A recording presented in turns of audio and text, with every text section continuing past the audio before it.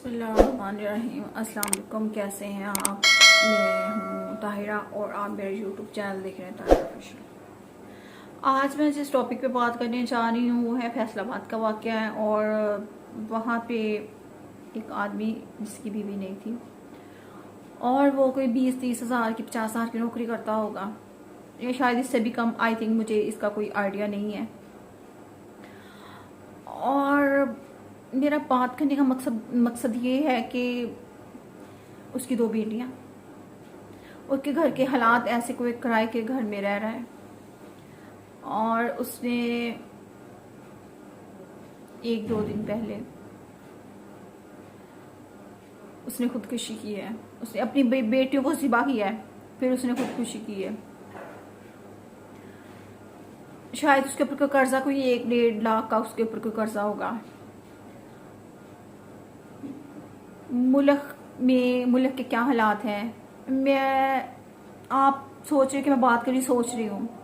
सोच इसलिए रही हूँ कि आज इस बंदे के साथ, इस बंदे ने ऐसा किया है, कल को आपकी फैमिली में से कोई हो सकता है, कल को मेरी फैमिली में से कोई हो सकता है। कि जो मुल्क के हालात चल रहे हैं इस वक्त, इतनी महंगाई, इतनी गुर्बत और इतने हालात ख़राब, पेट्रोल महंगा, राशन नहीं खरीद सकते आप, घी नहीं खरीद सकते।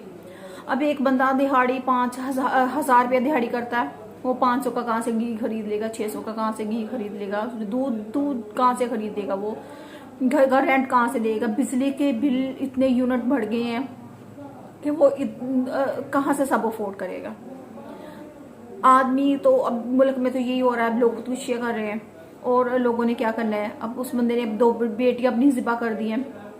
कितनी उसने इनके लाड प्यार से कितना पाला होगा, उनको बच्चों को पढ़ाया होगा, लिखाया होगा।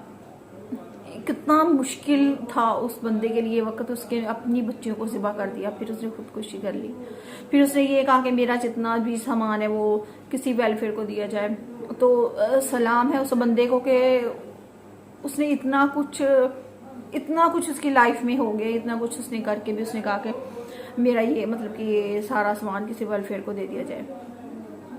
तो खुदारा ऐसे लोगों की मदद करिए, मुल्क के हालात सही कीजिए, किसी गरीब को ऐसे ना मरने दें।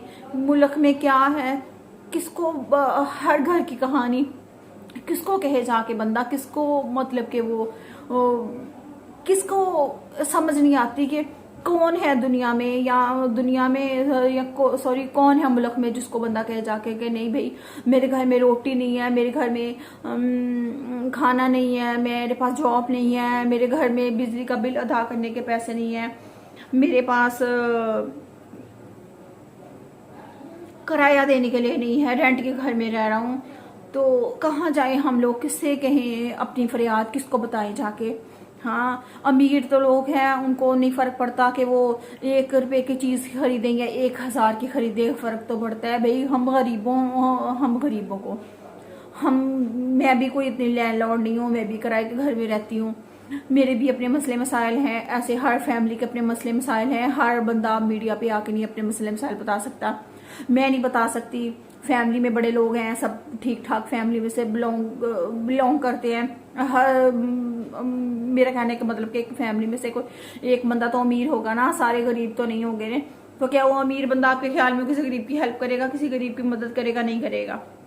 क्यों नहीं करेगा? अभी उसको ये कि मैं वो सियाने क्या कहते, भूखे को कोई दे नहीं सकता और खाते को कोई दे नहीं सकता, देख नहीं सकता।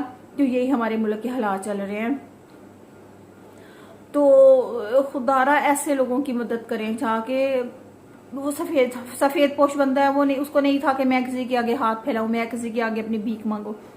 हर बंदे को अपनी इज्जत और अना प्यारी होती है।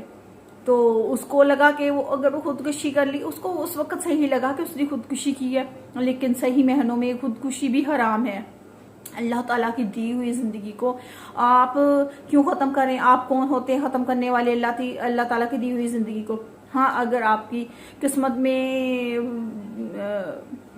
गुर्बत है तो उसका मुकाबला करें, कोई बात नहीं। अगर बुरे दिन है तो अच्छे भी आएंगे, अगर अच्छे दिन है तो उसमें ये नहीं कि बुरे दिन है तो बुरा वक्त भी आ सकता है। वक्त को बदलते पलटते देर नहीं लगती, इंसान को मायूस नहीं होना चाहिए।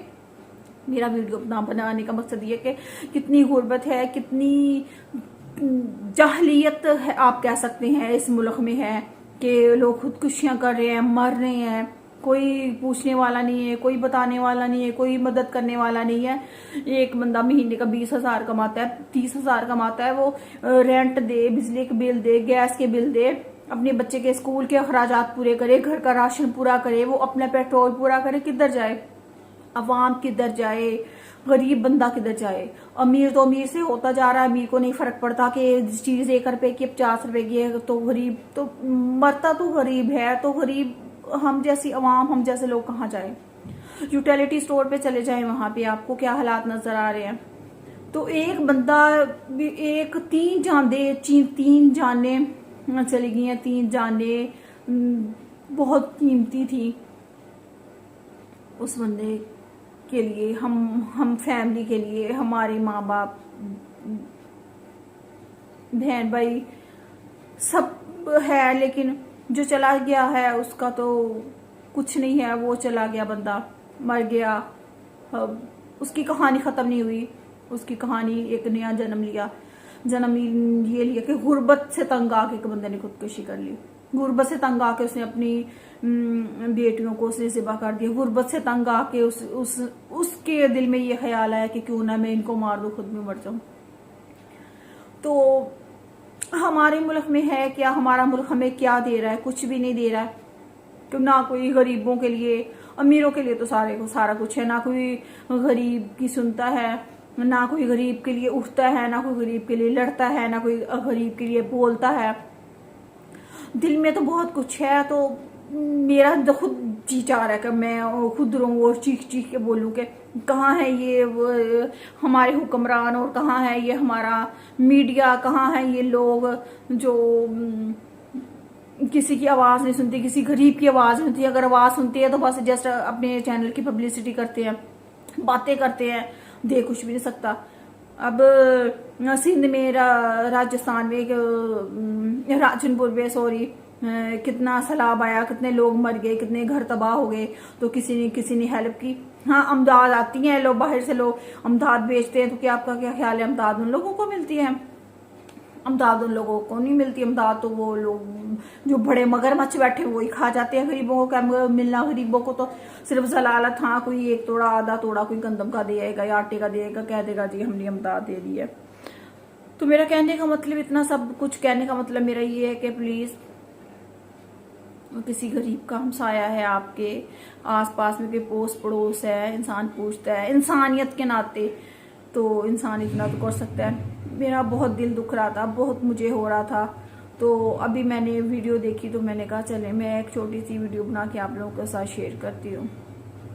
अगर आप लोगों को मेरी कोई बुरी बात लगी हो तो उसके लिए मैं माफ़ी चाहती हूँ। अब मुझे दीजिए इजाज़त। अल्लाह हाफिज़।